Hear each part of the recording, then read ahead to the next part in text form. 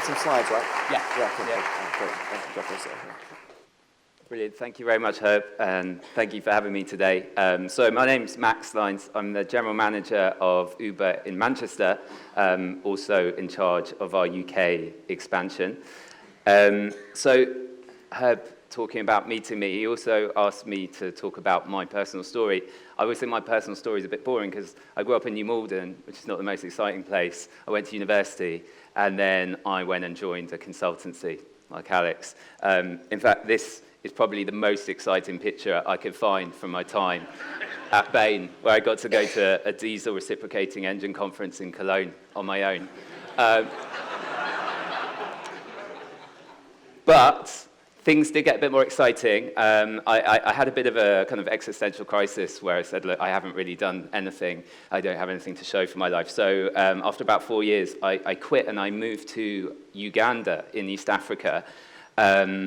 And basically ended up starting and running a quite large commercial farm where we were growing maize and goats as well. And that's a picture of me touching a pig. So that's something you learn when you do farming. And it was amazing. It was like absolutely incredible 2 years. Kind of learned a lot, managed a lot of people, completely different to what I've done before. And then in summer 2013, I kind of had a bit too much sun and good weather and came back to the UK. And at that time, Uber had been in London for about a year, but it hadn't really wasn't really a very well-known name. So I applied for a job there, got a job in London, started off as driver operations manager in London, and then moved up to Manchester at the beginning of 2014, kicked Manchester off, and then have been helping us expand across the rest of the UK. So, for those of you who don't know, I'm just going to very quickly explain what Uber is. Uber is a smartphone app that you can download on your phone. It makes it incredibly easy to get a car, right? So, basically, if you click the button, a car comes to you. It's really simple. It's convenient. There's no cash involved. You just can use your card that's already on your account. It's super safe. All our drivers are background check, private hire drivers. You see who the guy is before he comes to you or she, and you see their photo, et cetera, et cetera. So that's kind of Uber in a nutshell. Nice bit of formatting there. Mac to PCs. So basically, it wouldn't be a Uber talk if I didn't talk about our growth. So I'm going to spend a bit of time talking about Uber's growth. It's quite a cool story. And then I want to talk about what I face as a day-to-day, like what the kind of reality of our job is. And then give you a kind of taste of what's to come in the future. So basically, when Uber started off, so the way Uber started off is those two guys up there are founders, Travis Kalanick and Garrett Camp. And they were in Paris, and you can tell it's Paris because that's the Eiffel Tower in the background. And basically, they were at Le Web in 2009, and they couldn't get a cab. And they basically said, wouldn't it be cool if you just, on your smartphone, could press a button, car would come to you. You wouldn't have to hail in the street or anything like that.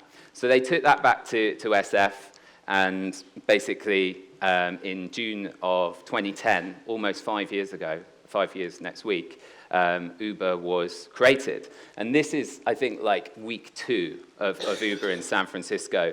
I think they had like 8 cars on the road and 10 cars, 3 trips. That was pretty great at the time. And the idea took off. Like it spread throughout the tech community. A lot of people started using it in San Francisco, but it became very popular. And very, very quickly, Uber spread across the US, but then it also started to go international. So this is what it looked like in 2011. There's 7 cities on there, including Paris, which was the first international city.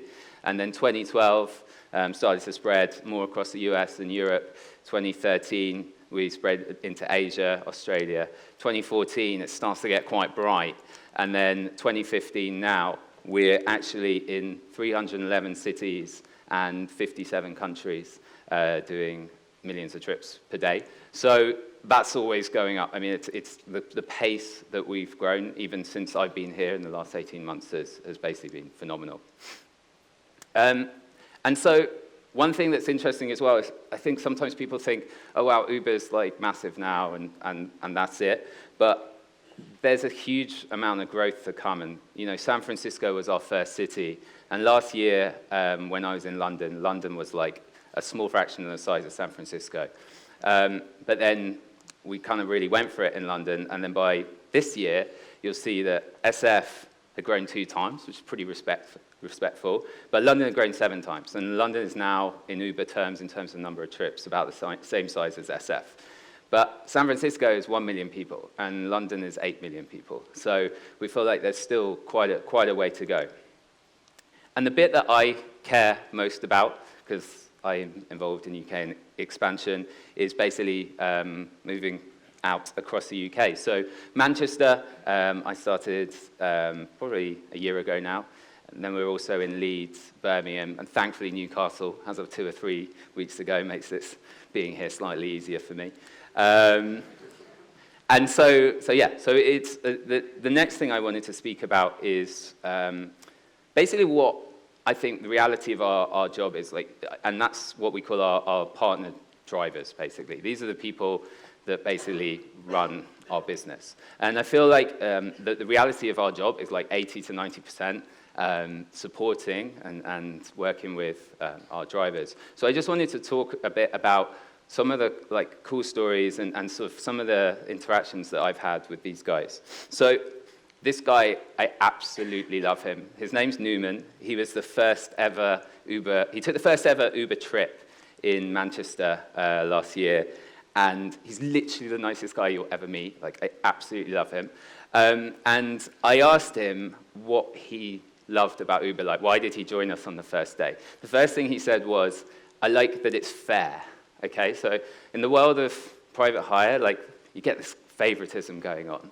And Uber, you basically just dispatch the job to the nearest driver. So he's like, it's fair. I like the fact that I've got as much chance of getting a job as anyone else. And then the other thing he said was it's flexible. So I can work when and where I want. And he really liked that element. And he phoned me actually about 3 months ago. And he basically was apologizing to me for not working.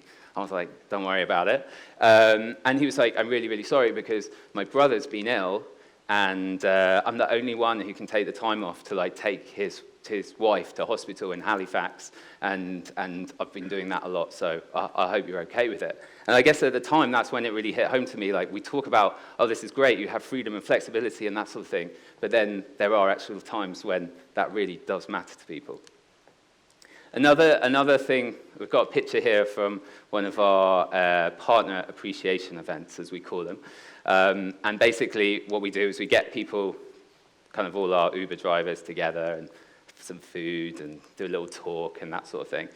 And we also, this time, encourage quite a few of our drivers to bring their friends, who are also private hire drivers, so do a bit of recruitment.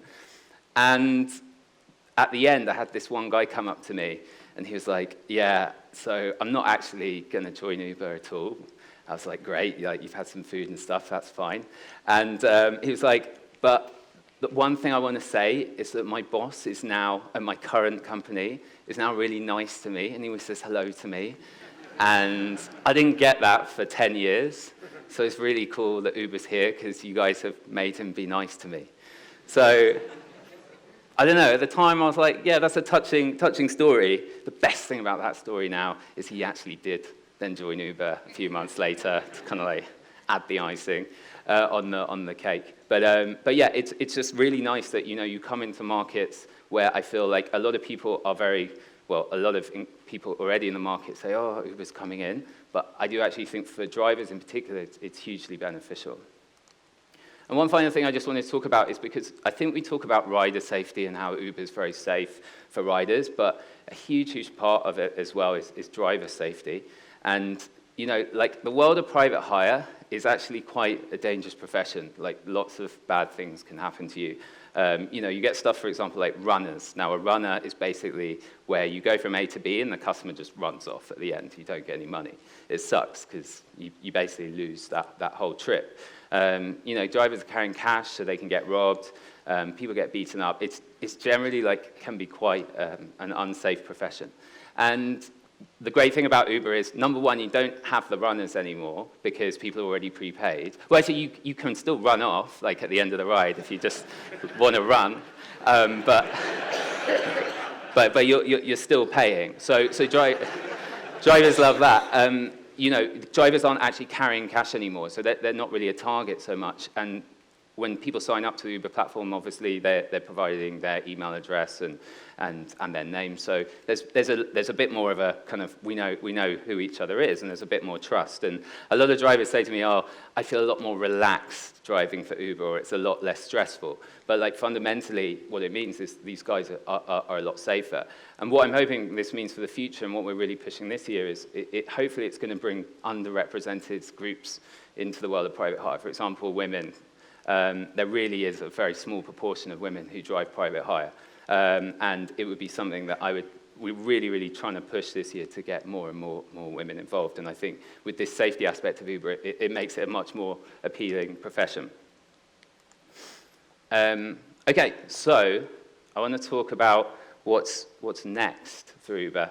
The thing that I'm most excited about when it comes to what's next is called Uber Pool. Now, Uber Pool is basically you're sharing your ride with someone else who's a complete stranger. But you're both going a similar direction, okay? And because of that, the price of the journey for each of you is cheaper. So I'll tell you what, let me explain to you what I mean here. So if you're passenger number one here, you get in the car and you say, I'm okay to pool, I'm okay to share. You don't have to share, but you have to say you're okay with it. And you pick up passenger number two en route. So that passenger number two happens to also be going the same way you're going at the same time. So you both get in the car and you're both going the same way. You drop off passenger one there, and then you actually pick up passenger three there, and then you drop off passenger two there. And then what you're getting there is, for those riders, it's cheaper for them. They could be 20, 30, 40, 50% cheaper.